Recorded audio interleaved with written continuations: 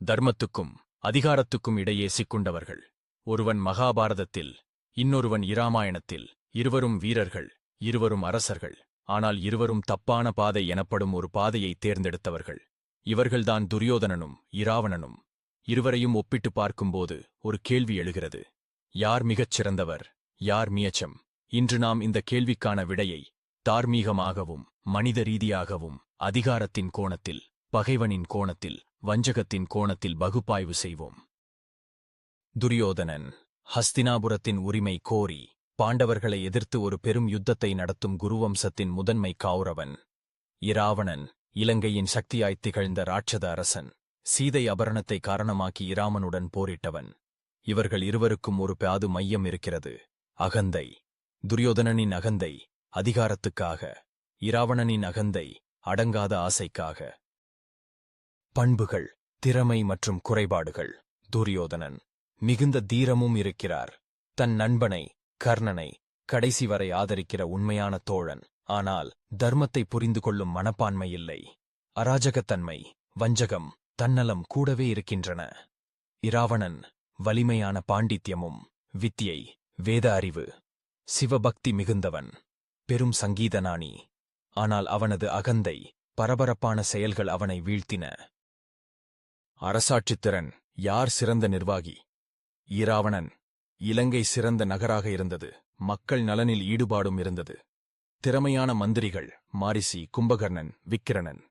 இசை, கலாச்சாரம், பொருளாதாரம், ஆல்ரவுண்ட் டெவலப்மெண்ட். துரியோதனன் ஆட்சியில் அதிக நேரம் செலவழிக்கவில்லை. கந்தவனத்தை உரிமையாக்க முயற்சி செய்தது தவிர மக்களுக்கான பெருமை இல்லை. தீர்மானங்கள். உணர்வால் அலைந்தவரா, திட்டமிடுபவரா? துரியோதனன் சிந்திக்காமல் செயல்படுபவன்.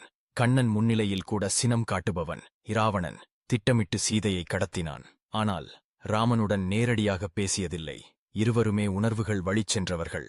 ஆனால் இராவணனின் நடவடிக்கைகள் மேன்மையாக இருக்கின்றன. தர்மத்தின் கோணத்தில் யாருடைய தவறு அதிகம்? தர்ம ரீதியாக இருவரும் தவறு செய்தவர்கள். துரியோதனன் சபையில் பாஞ்சாலியின் வஸ்திராபகரணம், சூதாட்டம், சகோதரர்களை எதிர்த்தல். இராவணன் அபரணம், அவமானம், ஆனால் பெண்களை கீழ்த்தரமாக பார்த்தவனல்ல. சீதை மீது கட்டுப்பாடு இருந்தது. இராவணனுக்கு எளிதில் மன்னிப்பு கூறப்படுகிறது சில நேரங்களில். துரியோதனனுக்கு அது கிடைக்கவில்லை. அவன் வெறும் குரோதத்தின் உருவம். போர்திறன். வீரராக யார் சிறந்தவர்? இருவருமே சிறந்த வீரர்கள். இராவணன் சிந்தித்துப் போரிடும், மாயா புரியும் போராளி. துரியோதனன் கதை முடிவிலும் ஒரே நேரத்தில் பலரை எதிர்த்து நின்ற வீரன். இருவரும் தாக்கத்திலும் சமம். கடவுளுடன் நேரடி எதிர்ப்பு. யாரின் துணிவுக்கு மதிப்பு? இராவணன் அவருடைய பக்தி, சிவனின் அனுகிரகம். ராமனுடன் எதிர்ப்பு, தனிக்கூறு.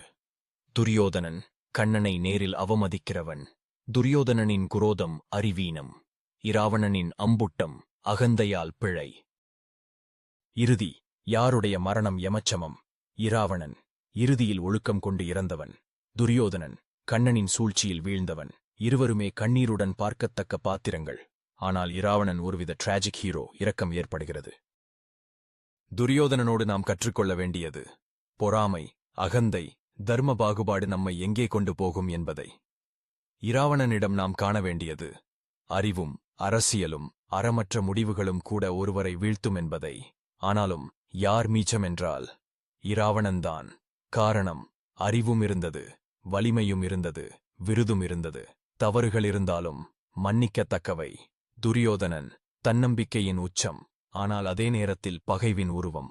முடிவில் இவர்கள் இருவரும் நமக்கு எச்சரிக்கை அடையாளங்கள். ஒரு பாதை எப்படி செல்லக்கூடாது என்பதற்கான எடுத்துக்காட்டுகள்.